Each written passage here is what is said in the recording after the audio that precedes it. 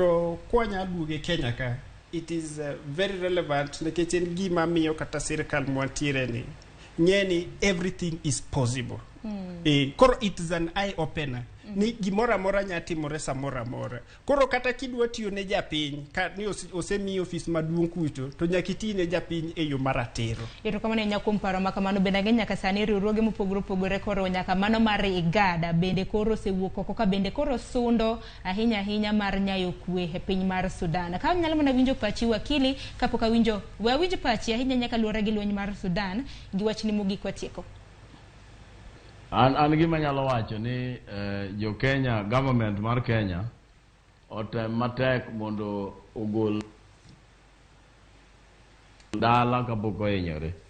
Jogo nyalo gore agoya nyaka kata higni 3 to jo Kenya mang'eny biro hinyore. Ing'eni interest marwa ni mondo jogo bed gi kwe, lakini kok ginyal bedo gi kwe to jowa mantie kuro, Kamau mantie kuro, Wanyonyi, Onyango onego gol mondo duog dala ka mondo wabed gi kwe maber.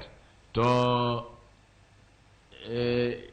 Sudan ok osebedo gi kwe, Sudan osebedo gi problem mang'eny. Gima jogo laro ok en kata mana telo, jogo laro mo. Mo ne nitie gi weche mathoth. En gima ne Nyasaye okelo mose konyo, lakini moko ma ok ogine, ma ok disciplined ahinya be yudo ka bunde koro donjie. Magi gik moko nego wa encourage.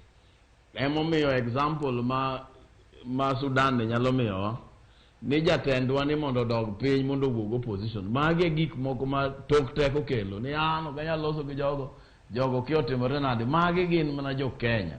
Onego wabed joma bolore ma ka ng'ato res gimoro ni bwana problem moro nitie walose gini to ok wach ni an nose